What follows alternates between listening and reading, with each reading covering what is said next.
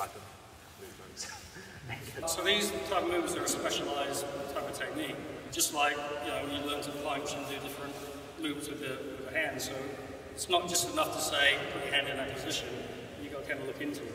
Essentially what Tensho explains is that to go up with my hand in that position, I started down, and to go down, I started up.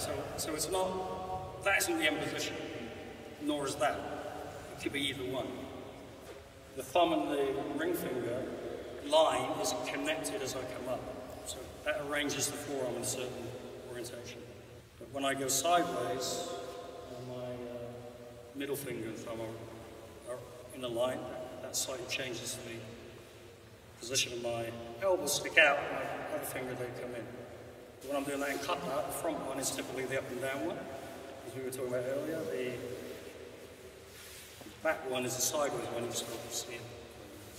But when I'm doing these kind of positions, so here, you know, it's different from me just using a fist where I mean, that's good, there's nothing wrong with that. But these positions start to suggest something else is going on.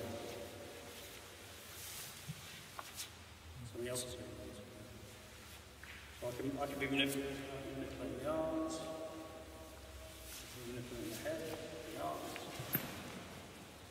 For these type of things, even with arm grab.